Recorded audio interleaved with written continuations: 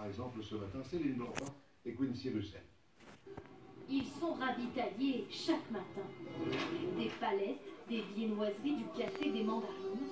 Qui c'est qui voulait un café? Depuis 3 semaines, les Gilets jaunes de Montsolémine occupent le terrain à proximité de la RCEA, la route Centre-Europe-Atlantique, une des plus fréquentées de France.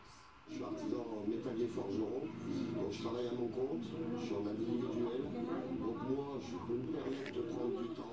Il y a tout ce qu'il faut pour s'approvisionner, il y a du café, pas d'alcool bien sûr, et il y a beaucoup de gens qui nous apportent des croissants, qui nous apportent des gâteaux, confectionnés par leurs soins.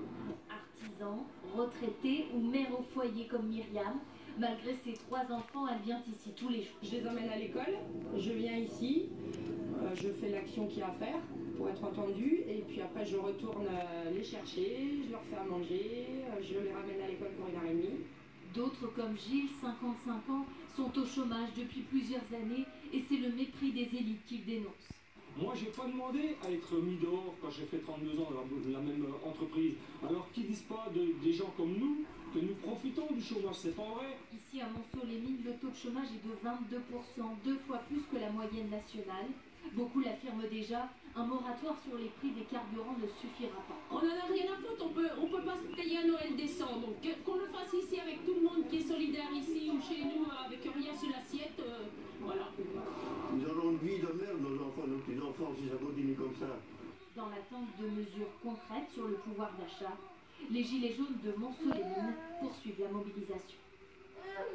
Céline Blancpain est aussi en direct avec nous à Montsolémine. Céline, les Gilets jaunes qui étaient autour de vous restent déterminés à continuer alors qu'il est. Oui, je suis sur un barrage ici où les Gilets jaunes sont mobilisés depuis 3 semaines. Je suis avec Elsa, 33 ans, mère de famille, traductrice. Quelle est votre réaction aux annonces du Premier ministre?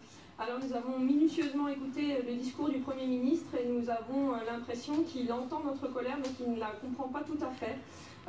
Il s'obstine à limiter ces mesures à un report d'application des taxes, alors que sur le terrain, nous parlons d'inégalité fiscale, d'inégalité sociale, de meilleure répartition des richesses, de professionnalisation à outrance de la fonction politique, de la crise de la représentation politique. Et nous attendons bien plus que ce qui a été annoncé par le gouvernement.